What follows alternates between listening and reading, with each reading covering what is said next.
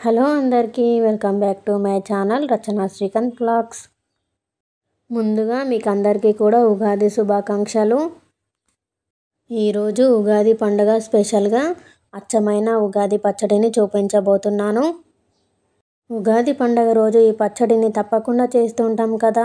షడ్రుచులతో కూడిన ఈ పచ్చడి మంచి రుచిగానే కాదు, ఆరోగ్యానికి కూడా చాలా మంచిది.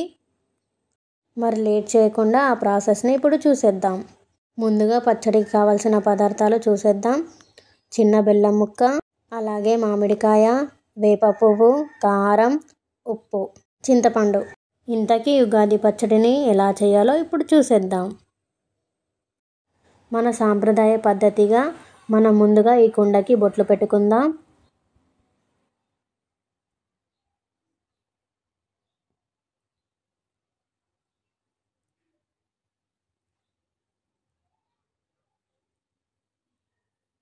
ఇలా బొట్టు పెట్టి మనము స్టార్ట్ చేసుకుందాం.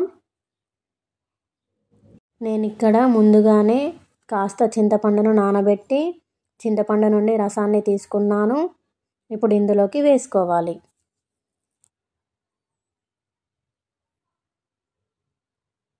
నేను కొత్త చింతపండునే నానబెట్టుకున్నాను. ఇప్పుడు ఇందులోకి అర స్పూన్ చొప్పున 2 సార్లు సాల్ట్ను వేసుకోవాలి.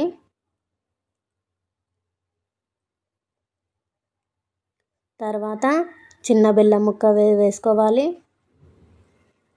తర్వాత అర స్పూన్ వరకు కారం పొడిని కూడా యాడ్ చేసుకోవాలి.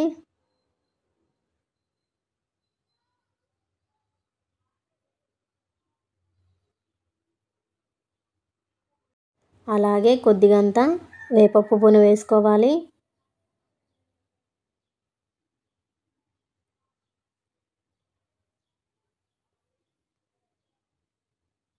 అలాగే అరకప్పు వరకు మామిడికాయ ముక్కలని వేసుకోవాలి.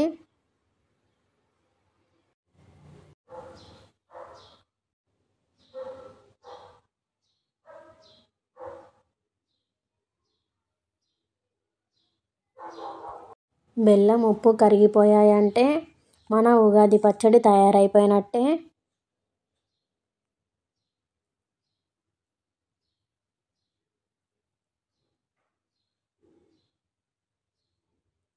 పండగ రోజు మీరు కూడా ఈ 6 రుచులతో కూడిన పచ్చడిని చేసి దేవుడికి నైవేద్యంగా పెట్టి ఆ తర్వాత ప్రసాదంగా తీసుకోండి.